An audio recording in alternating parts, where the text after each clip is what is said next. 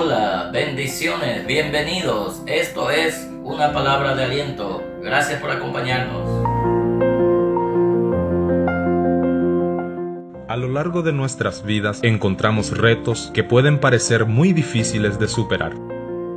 Problemas familiares, problemas financieros, problemas de enfermedades o la muerte de un ser querido. Son muchas las dificultades que enfrentamos a través de los años. Qué bueno saber que Dios nos acompaña y nos ayuda siempre. En la Biblia encontramos palabras de aliento que nos confortan en esas situaciones.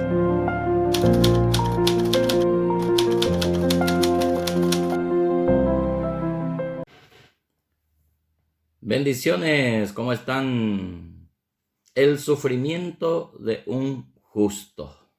Acompáñame y veamos qué hay del sufrimiento de Job. ¿Qué hay detrás del sufrimiento de Job? Y para eso vamos a leer algunos textos de la Biblia en el libro de Job y miremos algunos versos para entender el contexto de esta palabra o de este sufrimiento de Job. El libro de Job trata de darnos una respuesta al sufrimiento de un justo. ¿Por qué Dios permite el sufrimiento de un justo? Y vamos a ver, veamos. Capítulo 1 del libro de Job nos dice que hubo en tierra de Uz un varón llamado Job, y era este hombre perfecto y recto, temeroso de Dios y apartado del mal. Y le nacieron 7 hijos y 3 hijas. Su hacienda era 7,000 ovejas, 3,000 camellos, 500 yuntas de bueyes, 500 asnas y muchísimos criados. Y era aquel varón más grande que todos los orientales. Bueno, aquí vemos la vida de Job. Era un hombre poderoso y rico de su época. No había otro hombre tan rico como él en su época. Y lo notable de este varón rico, que él era un hombre recto, temeroso de Dios y apartado del mal, y a la vez perfecto. Este era Job. Y nos dice la Biblia en el versículo 5 que acontecía que, habiendo pasado en turno los días del convite, Job enviaba y los santificaba y se levantaba de mañana y ofrecía holocaustos conforme al número de todos ellos. Es decir, ofrecía sacrificio por la vida de sus hijos, es decir, intercedía ante Dios, pedía perdón por sus hijos ante Dios. Entendemos allí que él no es solamente un hombre recto, perfecto, temeroso de Dios y apartado del mal, sino también era un padre piadoso, un padre que amaba a sus hijos, ¿verdad? Y como padre piadoso, él estaba profundamente preocupado por el bienestar espiritual de sus hijos. Él observaba la conducta, la vida de cada uno de sus hijos y se presentaba cada día delante de Dios en sacrificio por cada uno de ellos y pedía perdón a Dios por cada uno de sus hijos, ¿verdad? Qué lindo poder ser un padre piadoso que se preocupa por el bienestar espiritual de sus hijos, que cada día está enseñando a sus hijos la palabra del Señor, que cada día está dando a sus hijos la palabra de Dios, preocupado por su vida de oración, preocupado por su vida de santidad, de pureza. No hay nada más lindo que ver esto en la vida de Job. Y luego nos dice el versículo 6 que un día vinieron a presentarse delante de Jehová los hijos de Dios, entre los cuales vino también Satanás, el ángel acusador. Esta historia del versículo 6 nos presenta lo que acontece o aconteció en este caso en el cielo, donde los ángeles se presentaron delante de Dios para dar informe a Dios, y también se presentó el ángel acusador. Y Dios, que conociendo todas las cosas, le dijo a Satanás, y dijo Jehová a Satanás, ¿de dónde vienes? Respondió Satanás a Jehová, y dijo, de rodear la tierra y de andar por ella. Y Jehová dijo a Satanás, ¿no has considerado a mi siervo Job, que no hay otro como él en la tierra, varón perfecto, recto, temeroso de Dios y apartado del mal? Aquí Dios mismo es quien da testimonio de Job, que él era un hombre, nuevamente, ¿verdad?, perfecto, recto, temeroso de Dios y apartado del mal. Y allí viene la acusación de Job, de Satanás, quiero decir. ¿No le has cercado alrededor a él y a su casa y todo lo que tienes? Es decir, Satanás observó que la vida y la familia de Job estaba guardado y protegido por Dios. Y nos da a entender que él no podía tocar a esta familia. No podía tocar ni a él, ni a su familia, ni a sus bienes materiales. Dice que él estaba cercado, es decir, había una valla protectora de Dios sobre la casa, la familia y la hacienda de este hombre llamado Job. Qué lindo saber que nuestra familia, nuestra casa, todo lo que poseemos está cercado y protegido por Dios, y el diablo no puede tocar. El diablo no puede tocar tu vida, tu casa, tu familia. El diablo no puede tocar absolutamente nada de nosotros ni de los nuestros sin que Dios se lo permita. Luego continúa diciendo, al trabajo de sus manos has dado bendición, y por tanto sus bienes ha aumentado sobre la tierra. Entendemos entonces que Dios ha bendecido a este hombre esforzado y valiente, por cuanto él fue recto, justo, temeroso de Dios y apartado del mal. Entonces Dios bendijo a él, su casa, su familia, su trabajo. Fue muy próspero este hombre porque es un hombre fiel a Dios, y la bendición de Dios estaba sobre su casa, estaba sobre su familia.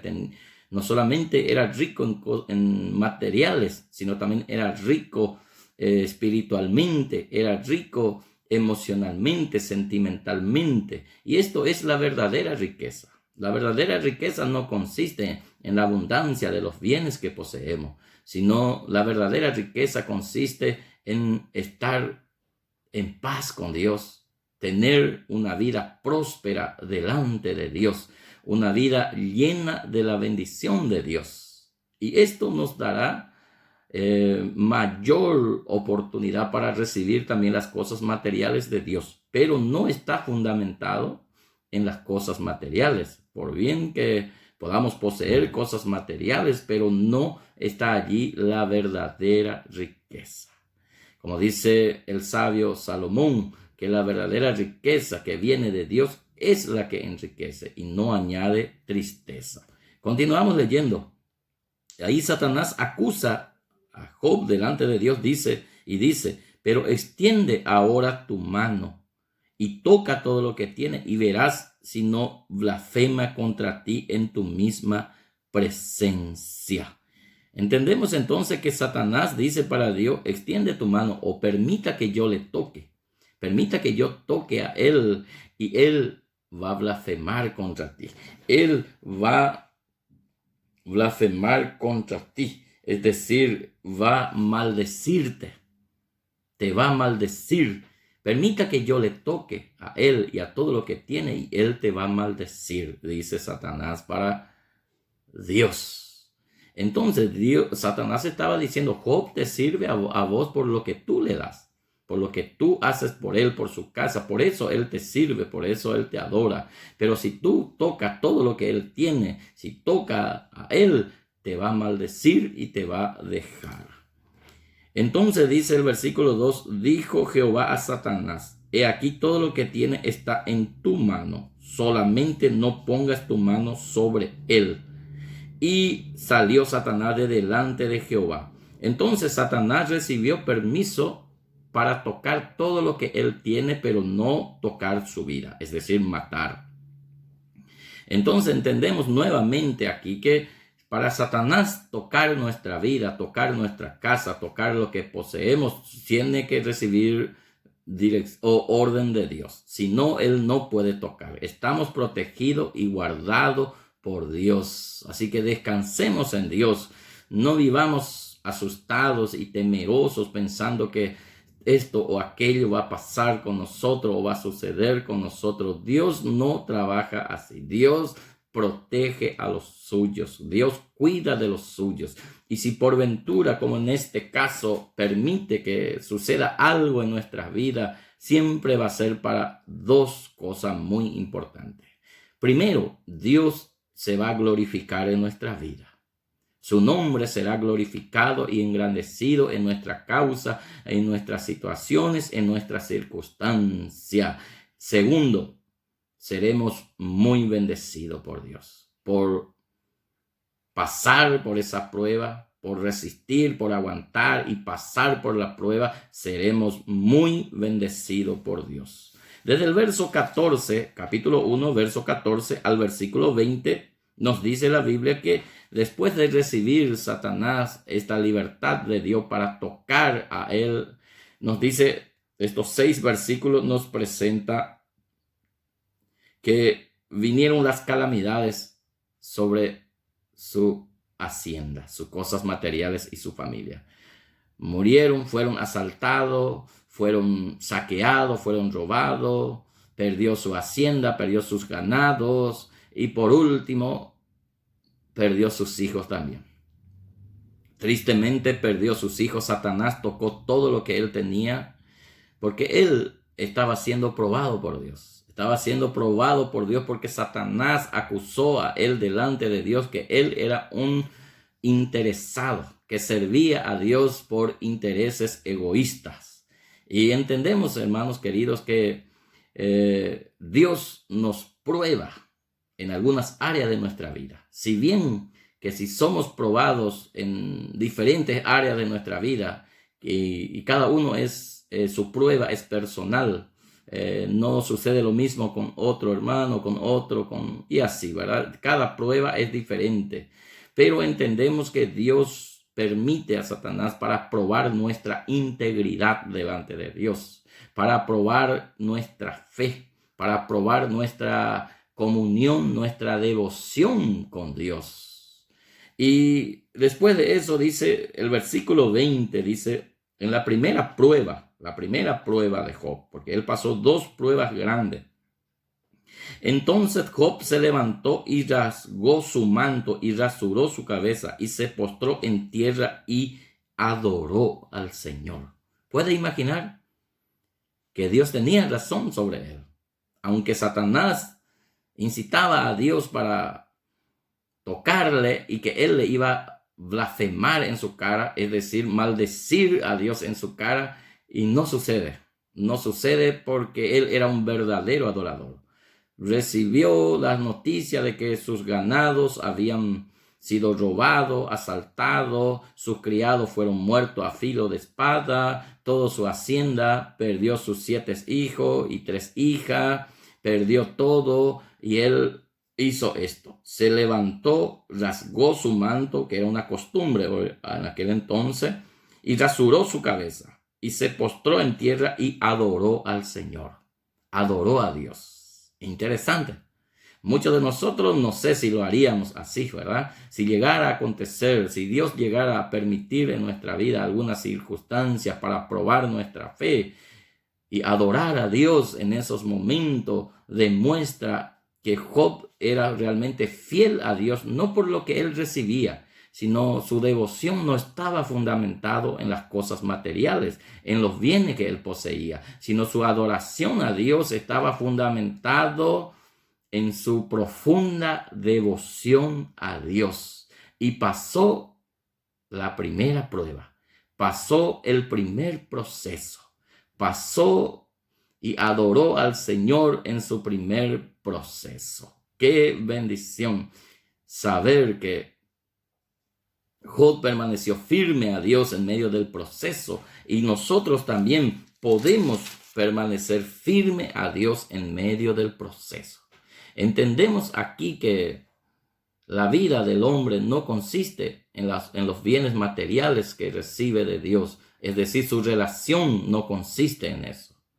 sino una profunda devoción a Dios. Job no sabía que Dios estaba probando a él. Job no sabía que allá arriba había una batalla sobre su vida. Él no sabía lo que estaba pasando, cuál era el motivo de sus calamidades, pero permaneció firme y fiel a Dios. Y quiero decirte a través de esta palabra, permanezca firme con Dios. Permanezca firme, aunque no entiendas lo que está pasando, aunque no entiendas lo que estás atravesando, permanezca firme con Dios, que tu postrer será mayor que tu principio. Continúe adorando a Dios y así Dios va a demostrar a Satanás que usted sirve a Dios con devoción sincera, con una fe sincera y que no sirve usted a Dios por las bendiciones que recibe de Él, por la abundancia que Dios te da. No. Usted sirve a Dios porque usted tiene una devoción sincera y profunda en Dios.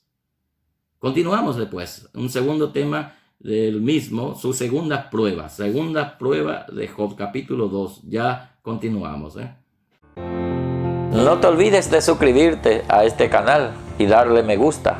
Y si este material ha sido de bendición para ti, comparta. Bendiciones. Hasta la próxima.